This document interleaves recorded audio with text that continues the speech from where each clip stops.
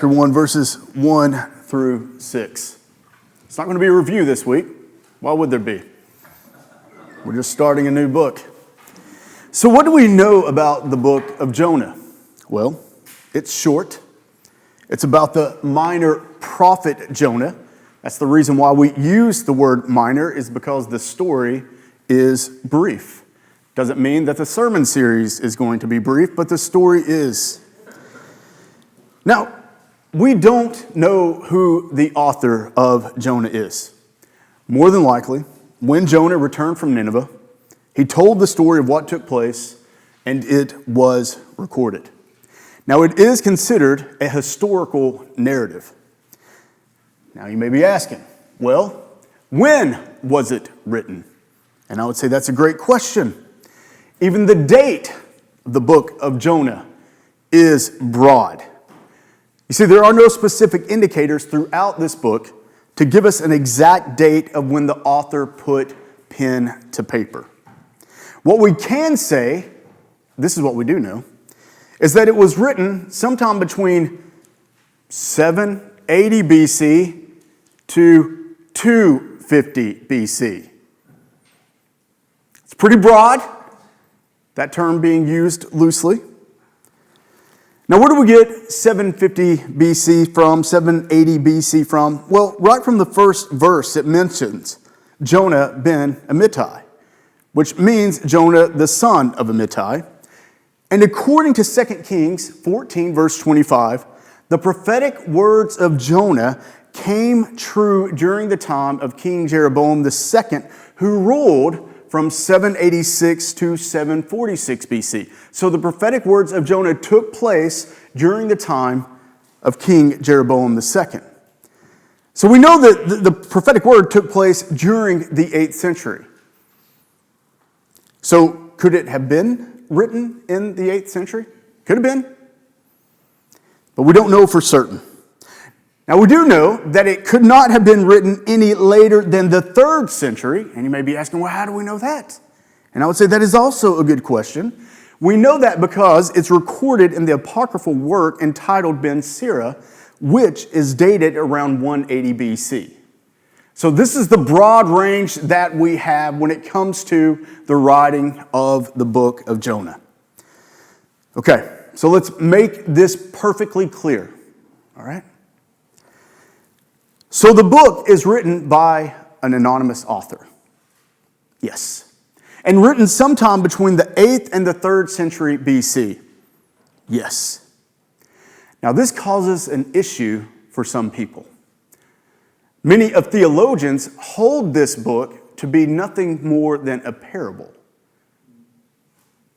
Skeptics will ask, all right, so we know that it's been written by an anonymous author, and we say correct. Not certain of the date of when it was written, we say correct. And let us not forget, there's this weird incident within the book of Jonah where he is swallowed by a fish, a giant fish, for 3 days. And you believe that we should take this book literally, or should we take this book more as an allegorical story to learn from? This is the question that's often asked. And sadly, many of believers have caved to this question. Why? So that the world doesn't look at them as being foolish.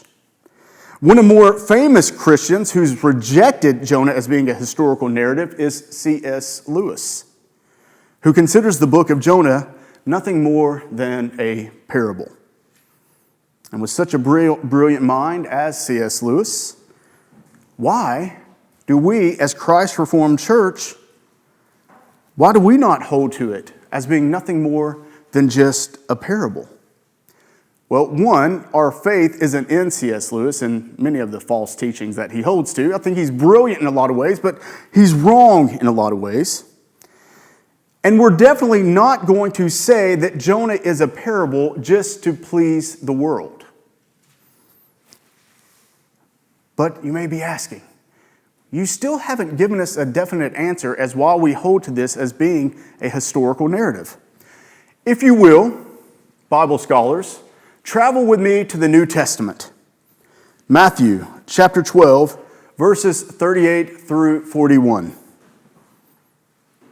Here's our evidence of why this is a historical narrative. Whether or not, we're not certain of who wrote the book, nor when it was written, but here is our evidence. Then some of the scribes and Pharisees answered him, saying, "Teacher," who are they speaking to? None other than Jesus. "We wish to see a sign from you." But he answered them, "An evil and adulterous generation seeks for a sign, but no sign will be given to it except the sign of the prophet Jonah. For just as Jonah was 3 days and 3 nights in the belly of the great fish, so will the Son of Man be 3 days and 3 nights in the heart of the earth. The men of Nineveh will rise up at the judgment with this generation and condemn it, for they repented at the preaching of Jonah, and behold, something greater than Jonah is here." Put that in your pipe and smoke it there, Mr. C.S. This is why he is wrong. This is why we are called to treat this as a historical account. Yes, even the part of him being swallowed by a giant fish. Kind of drives me crazy, right? There's some of us that sit there and say, well, he spoke this world and this universe into existence within 6 days out of nothing. But I've got to draw the line at the fish story.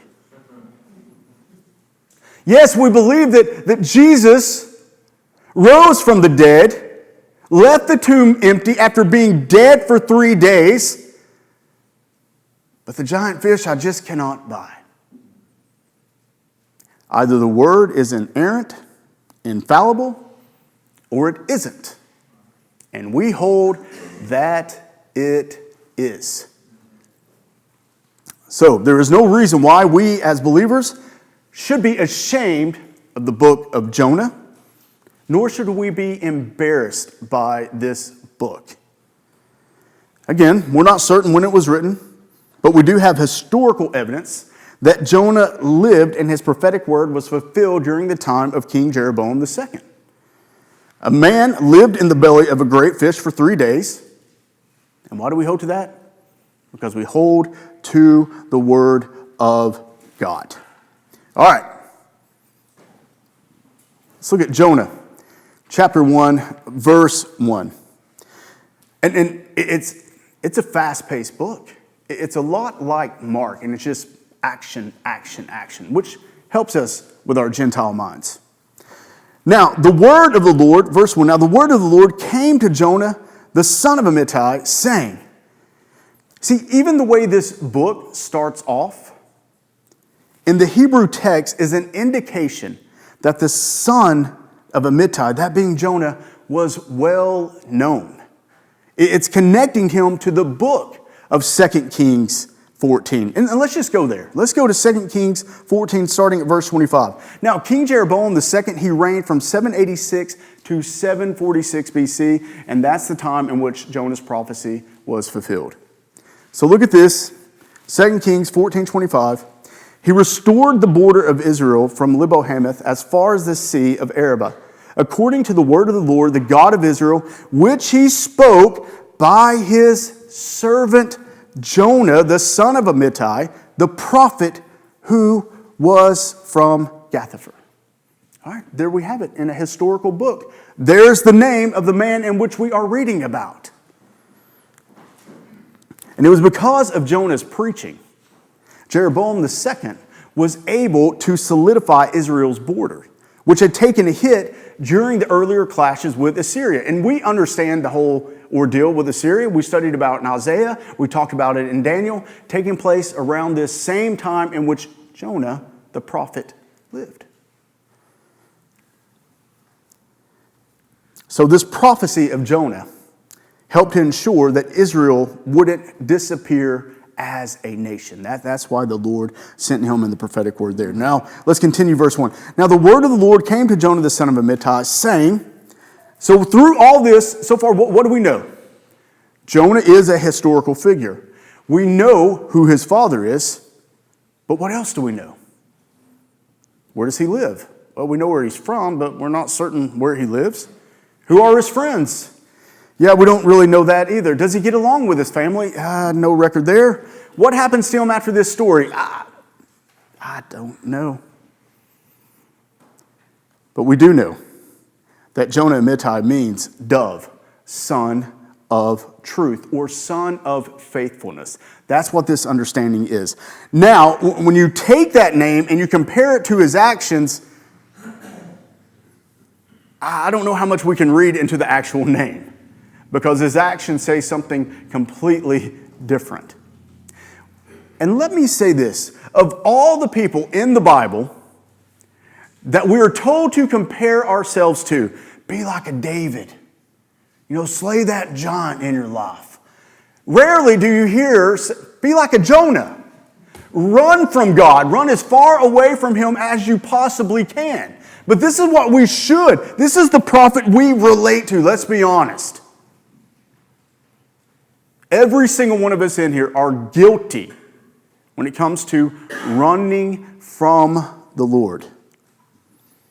Now, we do know that Jonah is a follower of God, a prophet who's watching Israel during the time of this rebellion, the same rebellion again that we read about in Isaiah and in Daniel. So God speaks to Jonah. Don't get any ideas. I'm not going to tell you that you're going to audibly hear from the Lord today, because you're not. But during this time, God speaks to Jonah.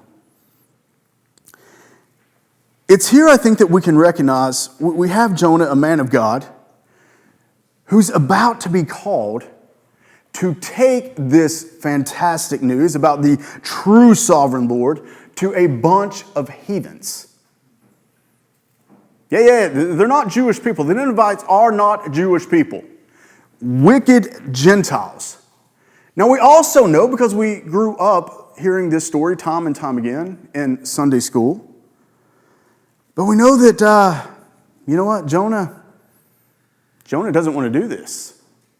He wants no part of this. But I think we can see something else in this as well. And I don't want to go too far because it can get dangerous. But I think we can also see a glimpse of the nation of Israel in Jonah. Because it's the nation of Israel, what are they doing? Are they telling the Gentiles about the true sovereign Lord in which they serve? Nope. They're bringing in the false gods of the Gentiles and worshiping them. So they too, Israel as a nation, is rebelling much in the same way in which we're going to see Jonah rebel. Run from God. Again, I don't want to go too allegorical on this because this is a historical narrative. But even today we can relate to this story. Jonah, a godly man who doesn't want to do what God has called him to do. Church, and what has God called us to do? To go out and make disciples. He's not even calling us to go to Nineveh. No. We're just called to make disciples. The ball field, school, the workplace. And how often do we think, yeah, maybe I'll do that tomorrow. Or maybe tomorrow turns into next week, next month, next year. In the same manner in which Jonah runs from God, we do it every single day. Why? Well, it's kind of embarrassing. Is it? Is that the reason? For many of us, yeah, that's it.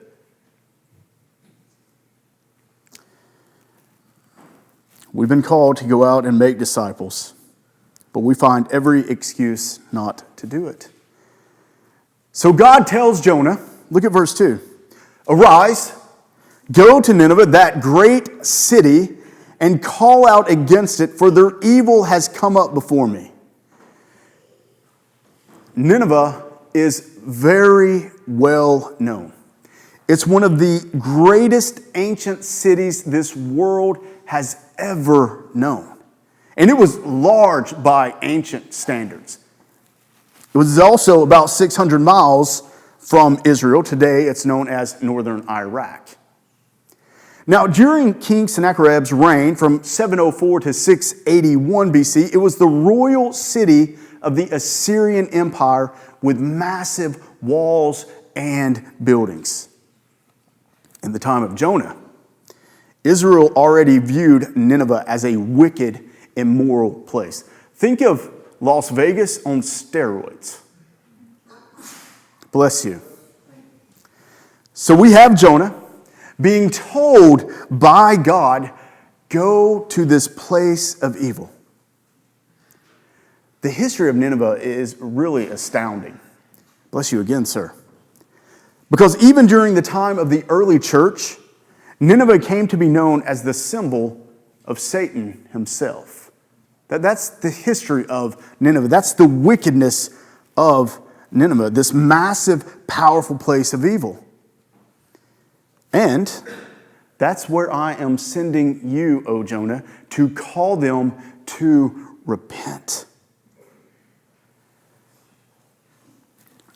Now, when we think of God's prophets, we have this image of God speaking to them and them responding in what way? Standing straight up. All right, you tell me where to go and I will go there. I mean, we just went through the book of Daniel. He sat in a lion's den. His 3 friends were tossed in a furnace. So we have this image of God's prophets, and that's what we think of. And then we have Jonah. Us. You all know this story. But doesn't a part of you, do you not still expect to read in verse 3 that Jonah gets up full of faith and begins his journey towards Nineveh? Isn't there a part of you that still kind of expects that? Well, stop, because it doesn't happen. Look at verse 3. But Jonah rose to flee to Tarshish from the presence of the Lord. Okay. Let me just finish this, and I'm going to hit it on a little bit more. But he went down to Joppa and found a ship going to Tarshish, so he paid the fare, went down into it to go with them to Tarshish, away from the presence of the Lord. Okay. So, bless you, sir. Something's going on in here, right? So not only does Jonah not stand up and say, Lord, I'll do whatever you have called me to do. I will follow wherever you call me to go because I'm your prophet. He doesn't say, I don't think I'm going to go to Nineveh. I think I'm just going to stay here today and tomorrow and just not go. No. He's heading in the complete opposite direction. First, he heads to a port city by the name of Joppa. Now, this is interesting. At least I found it to be interesting. Maybe not you. But during the ancient times of Joppa, this was outside of Hebrew control. God's people were not in Joppa. They did not control Joppa. So could it be there's this little part of Jonah who's thinking, if I can just get outside of his people, maybe God can't find me. Maybe I can hide in this pagan land and God won't know where I am. Maybe this is outside of God's authority. But church, no place like that exists. So he makes it to Joppa, and you can picture Jonah. He's looking at the schedule and he's thinking, which way can I go? And how far can I go? So he's looking at this schedule and he sees this ship going in the opposite direction that God told him to go. Nineveh is eastward, right? So he should be heading east. But Jonah's thinking, I need something heading west. There we go, Tarshish. Now, for us today, we think about traveling by sea as something that's not the fastest way to get from point A to point B, but still pretty quick, right? It's not slow for us today. But during that time, it was like a tortoise slow. You were dependent upon the wind. You were dependent upon the ocean. And there are really only certain times of year when you could travel by ship. So not only does Jonah have this idea, I'm going to go to Joppa buy a ticket there outside of God's people so God maybe doesn't even know where I'm going. But then I'm going to travel by ship. So now if God sends someone after me to track me down, that person's also going to have to deal with the sea and the wind. As if Jonah has all this figured out.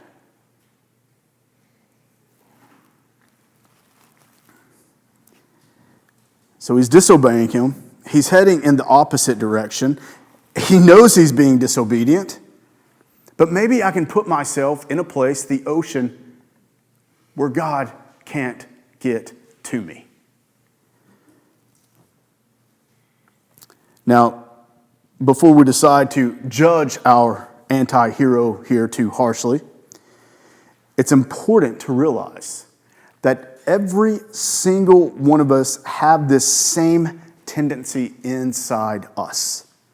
The urge to run away from obeying God to avoid serving our Lord. Now look at verse 4. We're going to put bumper stickers out there. I'm a Jonah. But verse 4, but the Lord hurled a great wind upon the sea, and there was a mighty tempest on the sea, so that the ship threatened to break up. Okay? What has Jonah done so far to avoid God's command? Go to Nineveh, which is east. He's heading west. But not only am I heading west, I'm going to the land of Joppa where God's people aren't, so maybe God can't see me there outside of his control. And then I'm going to jump on a ship controlled by the wind and the sea, so if he does send someone after me, they're going to have to deal with those same elements also. Sounds like a perfect plan if you truly do not know who God is. However, God doesn't rely upon man because he is sovereign over all things, and all means all. So there's this mighty wind from God, a wind that was so savage that the waves it created were about to rip this ship apart. Look at verse 5. Then the mariners were afraid, and each cried out to his God. Seasoned mariners don't panic when storms hit. They don't. They're actually a lot more calm, cool, and collected than they probably would be if a storm wasn't upon them. But there is something different about this storm, church. They're used to storms. This is not a common storm. They were terrified. And what does each one of them start to do? They start calling out to their pagan gods. Just a brief moment here. There are those who believe that these mariners are to be innocent bystanders. Like, they weren't doing anything wrong. They were just traveling from port to port, carrying their cargo, just doing their job. And then Jonah jumps on this ship and he brings God's wrath upon them. They were just minding their own business. Who were they crying out to? They were crying out to their false pagan gods. Jonah didn't bring this terror upon them. Yes, it is true that God is going after Jonah and using this storm to do so. But these men on this ship, they are facing God's wrath because of their sinful actions as well. Their idolatry deserves God's wrath. So they're crying out to their false gods. They hurled the cargo that was in the ship into the sea to lighten it for them. This isn't common. Not for experienced mariners. They don't do this. This is their livelihood. How are you going to show up to Tarshish and you're saying, listen, I know that we were paid to bring this shipment to you guys, but we left 3/4 of it out at sea. They're not going to get paid for this. This goes back to the wrath of God through this storm that was upon them. But this also tells us something about what can also be our idol, that being money, and how quickly that idol is crushed when you are facing death. When you think that it's the most important thing in the world, but you know what? It cannot buy you another second. So they're tossing cargo. Well, whatever we got to do for this ship to stay together. But Jonah, I'm not going to lie to you. This part kind of gets me. But Jonah had gone down into the inner part of the ship and had lain down and was fast asleep. I like the word lain. We don't know when Jonah snuck down into the inner parts of the ship. It may have been before the storm started or shortly after. Whenever it was long enough for him to fall into this deep sleep. And we know that because the verbs and nouns associated with this Hebrew word tells us that it is a sleep of a man who snores. So you have this chaos going all around them. Waves crashing into the ship. It's making noises that these seamen have never experienced before. They're freaking out. They're tossing their cargo over, and Jonah's snoring. Look at verse 6.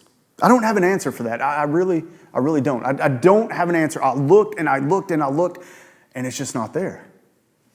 But he's asleep. Verse 6 says, "So the captain came and said to him, 'What do you mean, you sleeper?'" It's here. The captain is more than likely helping his men toss the cargo overboard, and he's looking around. He's like, "We're a man short. Where in the world is Jonah?" So he goes and looks for him, and he finds him snoring. And you can picture the captain grabbing Jonah. It's like, "Man, what are you doing? How are you sleeping during a time like this?" But there's also something else this captain needs Jonah to do. He says, "Arise, call out to your God. Perhaps the God will give a thought to us that we may not perish." What's sad, and we've all experienced this, what's sad is you have this Gentile, this unbeliever coming down and telling Jonah to pray for us. We've all been in that boat where an unbeliever has reminded us of what it is that we have been called to do. But also this captain, worshiping numerous gods, and this is what they believed for those outside of the Jewish faith, that you had to appease all the gods. So with all the men on that boat, every single god that you worship, I want you to call out to them. And maybe they'll stop this storm from happening. He even runs down and grabs Jonah. "Jonah, whatever God it is that you serve, I'm going to need you to pray to him so that this storm stops."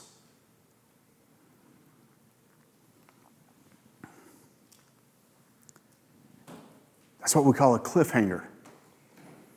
You're going to have to come back next week to see where we go, all right?